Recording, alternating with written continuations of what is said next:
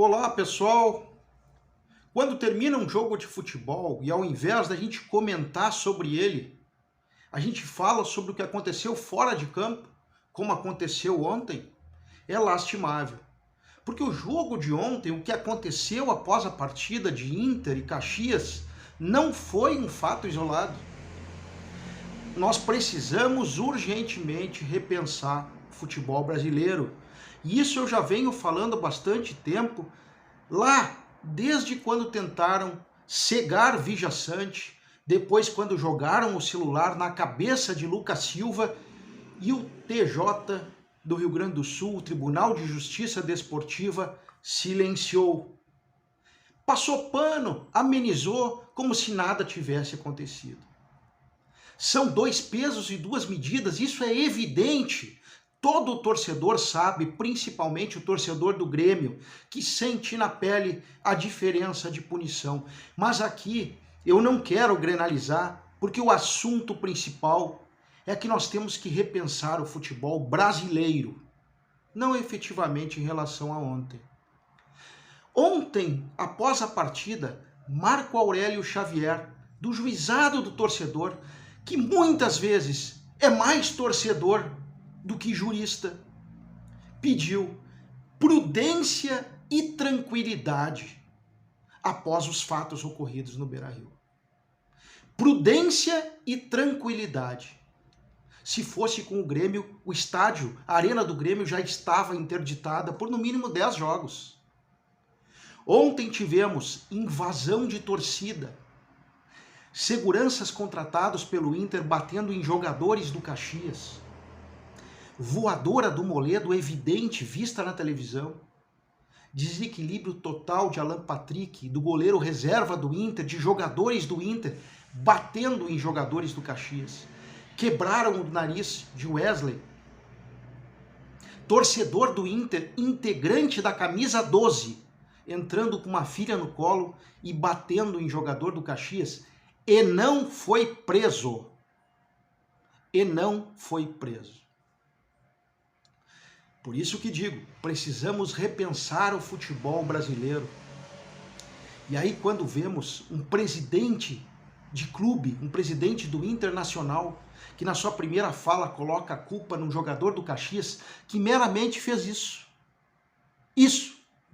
Esta é a provocação que desencadeou tudo dentro do campo. Completamente injustificada. E um presidente de um clube de futebol de tamanha grandeza como o Internacional vem a público dizer que o jogador do Caxias que desencadeou a violência, ao invés de reprimir, ao invés de tomar providências, ao invés de estabelecer um diálogo e um novo parâmetro de segurança dentro do Inter, como qualquer presidente de clube deve fazer na sua entidade. Ele é um grande responsável pela gestão do Esporte Clube Internacional, tem a responsabilidade de falar coisas com responsabilidade, e ontem mais uma vez não teve. Se mostra um presidente bastante despreparado há bastante tempo, principalmente quando se fala em gestão, e coloca a culpa num jogador do Caxias. Ou seja, as pessoas que estão no entorno do futebol pouco colaboram para que a gente tenha uma evolução, que haja um crescimento do futebol brasileiro como um todo, dentro de campo e fora de campo. E muitas vezes nós nos preocupamos apenas com as 4 linhas. E aqui também quero fazer uma ressalva em relação ao comportamento da imprensa, principalmente da IVE, a imprensa vermelha isenta, que hoje são muito mais torcedores, não são mais jornalistas, não são mais radialistas. Aqui eu não falo de todos, eu falo de alguns, e ontem de muitos. Onde está o sindicato dos jornalistas, dos radialistas? Não há nenhuma regulamentação mais sobre a responsabilidade do que é dito por eles. São torcedores apaixonados que, ao invés de ajudar, ao invés de resolver, ao invés de serem os catalisadores da mudança no futebol brasileiro, como parte integrante. Nós temos os jogadores, os dirigentes, nós temos os árbitros, nós temos as federações, nós temos os órgãos que julgam, nós vamos ter as ligas agora. os jornalistas, os radialistas também fazem parte desse contexto e também são responsáveis por tudo estar do jeito que está. Repito aqui, eles deveriam ser os catalisadores de uma mudança profunda no futebol, porque eles têm a voz, eles fazem ecoar as suas opiniões. Os assuntos pertinentes e importantes poderiam chegar como grande fonte de debate, mas nada acontece. Este é o grande problema do futebol brasileiro.